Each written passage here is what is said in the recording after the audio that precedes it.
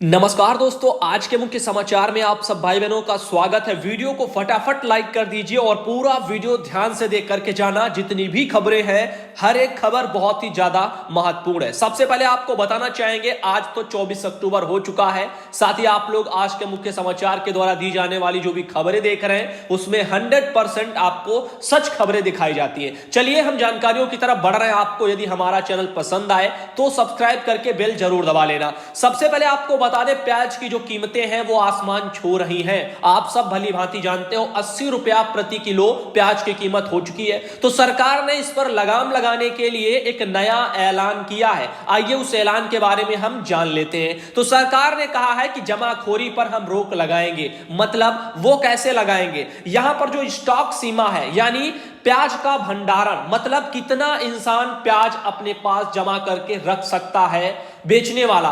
तो यहां पर जो खुरदरे वाले व्यापारी होते छोटे मोटे, उनके लिए 2 टन प्याज के लिए छूट है। यदि 2 टन से ज्यादा छोटे व्यापारी प्याज रखते हैं तो वो गैर कानूनी माना जाएगा, यानी जमाखोरी माना जाएगा और ऐसे में उस पर कार्रवाई की जाएगी। और जो बड़े व्यापारी हैं, मतलब थोक दाम वाले बड़े व्यापारी, तो उनके लिए 25 टन प्याज वो रख सकते हैं, इससे ज्यादा नहीं। तो इससे क्या होगा, यदि जमाखोरी नहीं होगी तो प्याज थोड़ा कंट्रोल में रहेगा। अक्सर होता क्या है, चाहे प्याज हो चाहे अनाज हो, हर चीज की कीमतों में उछाल और गिरावट तभी आती है जब जमाखोरी होती है। मतलब जब चीज की सप्लाई नहीं हो पाती है तो डिमांड नीचे बढ़ जाती है। जब सप्लाई नहीं होगी, डिमांड बढ़ जाएगी, तो ऑटोमेटिक जो प्राइस है वो हाई हो जाएगा। क्योंकि जब मार्केट में आपको वो चीज मुहैया नहीं होगी तो इंसान ज्यादा से ज्यादा पैसे देने की भी कोशिश करेगा और मजबूरी हो जाएगी, क्योंकि कहीं कुछ बिक नहीं रहा जो है, चलो ज्यादा पैसे दे करके ही ले लो। तो ये होता है आप लोगों का कुछ नियम कायदा। तो इसीलिए सरकार ने जमाखोरी पर लगाम लगाई है। स्टॉक जो है वो फिक्स कर दिया, उसकी सीमा तय कर दी है। फिलहाल के लिए हम आगे चलते और भी जानकारियों की तरफ आपको विस्तार से बताएंगे।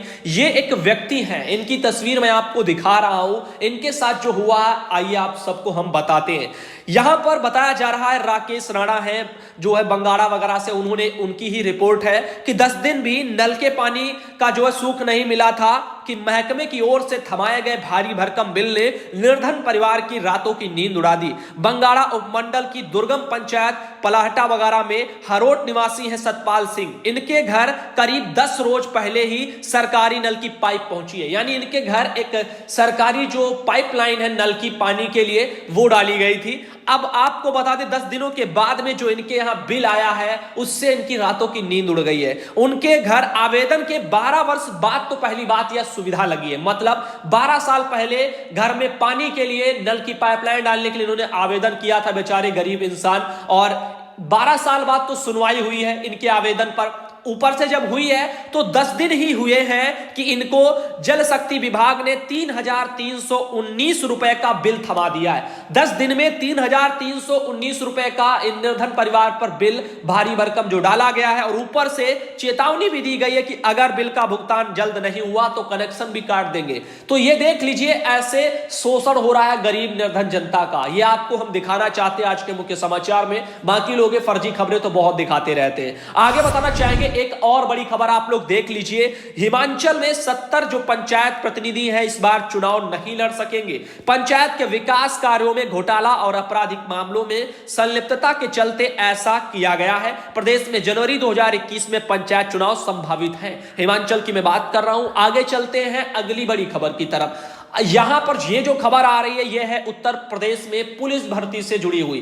दरोगा के पदों पर भर्तियां आने वाली हैं, बहुत जल्द आने वाली हैं। 9,593 सब इंस्पेक्टर भर्ती की परीक्षा की तिथि बताई जा रही, जल्दी जारी हो सकती है। 2021 में सरकार ये भर्ती करना चाहती है चुनाव से पहले। अब बताना चाहेंगे, उत्तर प्रदेश पुलिस भर्ती एवं प्रोन्नति बोर्ड यहां पर 9,593 एसआई भर्ती की परीक्षा तिथियों का ऐलान जल्द करना जो है चाहती है। हम बताना चाहेंगे, ये आपकी 9,593 दरोगा के पद हैं, एसआई के यानी पद हैं। अब ऐसे में बढ़िया ऑफर है। यदि आप पढ़ाई कर रहे हो, तैयारी कर रहे हो, तो और मेहनत से लग जाइए। उम्मीद है 2021 में आपको नौकरी मिल जाएगी, तो आप यदि अपने कामों पर, अपनी मेहनत पर डटे रहे तो। फिलहाल के लिए हम आगे चलते और भी बताना चाहेंगे, ये रहा सीएम ऑफिस यूपी गवर्नमेंट की की तरफ से ट्वीट किया गया है 21 अक्टूबर को। अभी उन्होंने लिखा है कि वर्तमान में पुलिस बल में उप निरीक्षण के 9027 पद तथा मृतक आश्रित के रूप में 566 पद,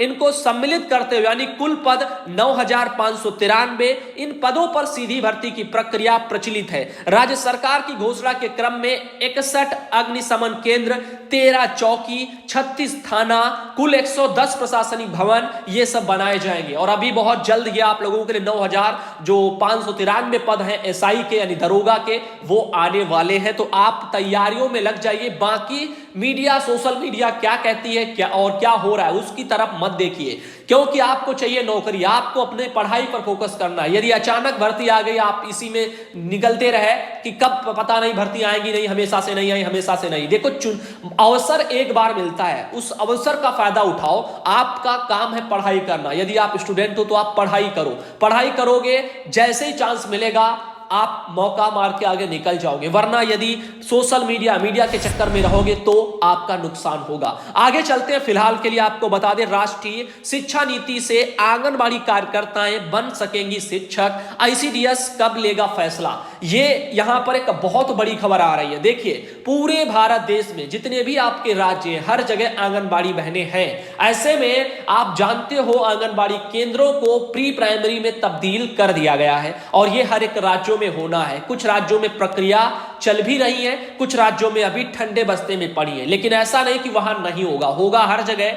आज नहीं तो कल होगा, यानी देर से ही सही लेकिन होगा हर राज्य में। तो ऐसे में बताना चाहेंगे, सरकार एक नई गाइडलाइंस भी तैयार करेगी, यानी इनकी एक नियमावली बनवाएगी सरकार आंगनबाड़ी के लिए, क्योंकि अभी तक जो इनकी नियमावली है उसमें तो ये कर्मचारी की श्रेणी में भी नहीं है और इनकी जो सेवा शर्तें हैं वो कुछ अलग है। मतलब कहने का यह है कि आईसीडीएस विभाग में काम कर रहे आंगनबाड़ी, उनका काम क्या होता है, छोटे बच्चे हैं इनकी देखभाल करना, टीकाकरण जैसे कार्यक्रम है, गर्भवती महिलाएं हैं, इन सब की देखरेख, जो भी इनके लाभार्थी हैं, यही मेन काम था। और बच्चों को बस खेल कूद वाला काम सिखाना। लेकिन अब इससे एक स्टेप ऊपर इनको बढ़ना पड़ेगा। अब थोड़ा पढ़ाई के बारे में भी इनको सिखाना पड़ेगा। यानी अब नई जो आपकी शिक्षा नीति आई है उसमें एनसीईआरटी बेस्ड एक पाठ्यक्रम भी तैयार किया गया आंगनबाड़ी केंद्रों के बच्चों के लिए। तो ऐसे में वो पाठ्यक्रम आंगनबाड़ी बहनों को सिखाया जाएगा, इसके लिए उनको प्रशिक्षित किया जाएगा।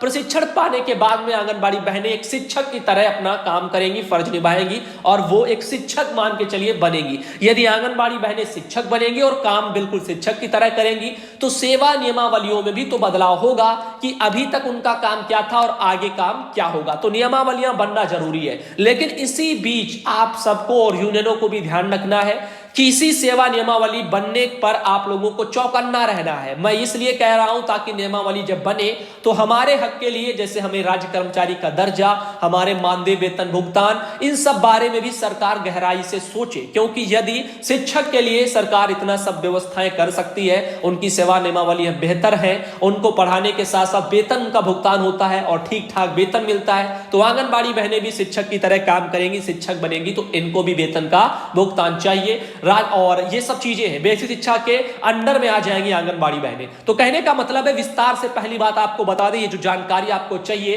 तो all India anganwadi news channel YouTube पर सर्च कर लीजिए। मेरा ही चैनल है, मेरे द्वारा ही जानकारी दी जाती है, बहुत से लोग शायद जानते भी होंगे। हम वहां पर आज 11 बजे वीडियो लेकर के आने वाले हैं इसी मुद्दे पर, राष्ट्रीय शिक्षा नीति में आंगनबाड़ी कार्यकर्ता बन सकेंगी शिक्षक, आईसीडीएस वगैरह कब लेगा फैसला। तो इन चीजों को लेकर के विस्तार से जानकारी चर्चा हम आपको 11 बजे all India anganwadi news channel पर करने वाले हैं। आप चाहो तो उस चैनल से जाकर के जुड़ जाइए या वहां पर इंतजार करिए। आगे आपको बता दें, यहां पर अगली खबर जो आ रही है, बिहार चुनाव 2020 से पहले चरण में 8वीं 9वीं पास की नहीं बल्कि निरक्षर प्रत्याशी भी डटे हैं मैदान में। तो यहां पर बिहार में देखने को कुछ इस तरह मिल रहा है कि लोकतंत्र में सबको मिले बराबर हक, इसकी बानगी है। यहां जो है अंगूठा छाप से लेकर के पीएचडी डिग्री धारक है, ये सभी जो लोग हैं एक ही साथ एक ही मैदान में दौड़ लगा रहे हैं, यानी एक ही साथ चुनाव लड़ रहे हैं। और जो कोई जीतेगा वो अपना विधानसभा में बैठेगा। वहीं पर देख सकते हो मेरठ में राजपूतों ने लगाया है ठाकुर ग्राम का साइन बोर्ड। इलाके में तनाव का माहौल बताया जा रहा है। तो उत्तर प्रदेश में मेरठ जनपद है, यही का एक मामला है। ठाकुर ग्राम का साइन बोर्ड लगने से वहां पर काफी तनाव बताया जा रहा है। अन्य जाति के जो लोग हैं उन्होंने इसके खिलाफ थाने में शिकायतें भी अपनी दर्ज करवाई हैं। तो ऐसे होते हैं, यानी कहीं पर भी कुछ अच्छा हो रहा, मतलब कहने का मतलब है सब कुछ ठीक चल रहा हो तो ऐसे लोग होते हैं जो कहीं बोर्ड टांग देंगे, जातिवाद का ऐसे मुद्दा उठवाएंगे, ऐसे जो है तनाव का माहौल पैदा करें। गलत चीजें होती, क्या इससे मिल जाएगा ये बोर्ड लगाने से, ये चीजें नहीं करनी चाहिए। आगे देखिए अगला मैसेज एक और है, यानी खबर है कि ट्रेन में सफर करने वाले ध्यान दें, ठंड से बचाव को साथ लाएं अपने तकिया। तो अभी आपको पता था, आज तक जो भी एसी वाले कोच हैं या कुछ भी है ट्रेनों में आपको हाई क्लास की सुविधाएं मान लीजिए दी जा रही थी। कंबल था, तकिया था, चादर था, ये सब फ्री में दिया जा रहा था। आप टिकट अच्छा बुक करते थे एसी कोच वाले, उसमें आपको ये सब मिलता था। लेकिन अब ये बंद हो गया। जब से लॉकडाउन हुआ है रेलवे विभाग या अन्य तरह के सब विभाग घाटे में गए हैं, तब से ये तमाम फैसले लिए जा चुके हैं। और रेलवे का जो निजीकरण किया गया तमाम जगह, तो कहीं ना कहीं ये देखने में आ रहा है कि अब आपको इन सब चीजों के लिए अतिरिक्त पैसा भी देना पड़ेगा। यदि चाहो तो आप अपने घर से अपना खुद ही लेकर के जाओ। अब आपको ट्रेन में ये सुविधाएं फ्री में नहीं मिलने वाली। तो इसीलिए यहां पर ठंड से आपको यदि बचना है और आप एसी वाले कोच में होकर के जाते हो या कहीं लंबा सफर करते हो तो आपको ये चीजों का ध्यान रखना है। कंबल, तकिया, चादर ये सब अपना लेकर के चाहिए। साथ ही बता दें एक और बड़ी खबर, 16 राज्यों को मिली है जीएसटी क्षतिपूर्ति की पहली किस्त। केंद्र ने दोस्तों जारी कर दी है 6,000 करोड़ रुपए। तो केंद्र सरकार ने जो 6,000 करोड़ रुपए जारी किए हैं, ये 16 राज्यों के लिए जीएसटी क्षतिपूर्ति की किस्त बताई जा रही है, पहली वाली। आगे बताना चाहेंगे एक और बड़ी खबर आ रही है, अंबेडकर नगर से निकल के आ रही है। मुख्य अभियंता वितरण अयोध्या मंडल अयोध्या AK सिंह ने शुक्रवार को जिले का दौरा किया है दोस्तों। और इस दौरान रसूलपुर दियारा पड़ता है, वहां पर आयोजित शिविर में शिरकत करते हुए अधीक्षण अभियंता AK दोहरे एवं और भी यहां पर एक इंजीनियर हैं, उन्होंने सख्त निर्देश दिए हैं कि 10,000 से ऊपर सभी बकायादारों का कनेक्शन काटने की हिदायत दी है। यदि बिजली विभाग का मैटर है, अंबेडकर नगर से है, 10,000 से ऊपर जिसका भी बिजली बिल बकाया है जमा कर दीजिए, वरना बताया जा रहा कनेक्शन काट दिया जाएगा। ऐसी जानकारी आ रही है। आगे बता दें एक और बड़ी खबर आ चुकी है, 1,03,769 ग्रुप डी की जो भर्तियां हैं इससे जुड़ी और रेलवे विभाग की है। RRC ग्रुप डी रिक्वायरमेंट 2020 की मैं बात कर रहा हूं। रेलवे ने पिछले साल निकाली थी अपनी जो ग्रुप डी की लेवल 1 की जो 1,03,000 भर्तियां थी टोटल, इनका ऐलान किया है। भारतीय रेलवे ने घोषणा की है कि कुल वैकेंसी 1,03,769 में से 20% वैकेंसी जो है अप्रेंटाइज के लिए आरक्षित रहेंगी। रेलवे ने बताया कि एनटीपीसी, मिनिस्ट्रियल वगैरह व ग्रुप डी की 1,40,000 भर्तियों के लिए 2.40 करोड़ आवेदन प्राप्त हुए, लगभग 2.5 करोड़ आवेदन। अब बता दें आपको, रेलवे के रिलीज में कहा गया कि अप्रेंटाइज एक्ट 2016 के तहत भारतीय रेलवे ने लेवल 1 की 1,03,000 भर्तियों में से 20% यानी 20,734 पद अप्रेंटाइज युवाओं के लिए आरक्षित रखे हैं। यह भर्ती प्रक्रिया जारी है, यह बताया जा रहा है। तो आगे बताना चाहेंगे एक और बड़ी खबर, आपकी राष्ट्रीय नई शिक्षा नीति में आंगनबाड़ी कार्यकर्ता बन सकेंगी शिक्षक। ICDS कब लेगा फैसला, विस्तार से जानकारी आपको चाहिए तो YouTube पर सर्च करिए all India anganwadi news channel. चाहो तो जाकर के तुरंत सब्सक्राइब कर लो, या 11 बजे के वीडियो का उस चैनल पर जाकर के इंतजार जरूर 11 बजे करना। सब्सक्राइब कर लोगे तो ऑटोमेटिक हमारा 11 बजे का वीडियो आपको मिल जाएगा आंगनबाड़ी से रिलेटेड। धन्यवाद दोस्तों वीडियो देखने के लिए, जल्दी मिलेंगे आपको अगले वीडियो में।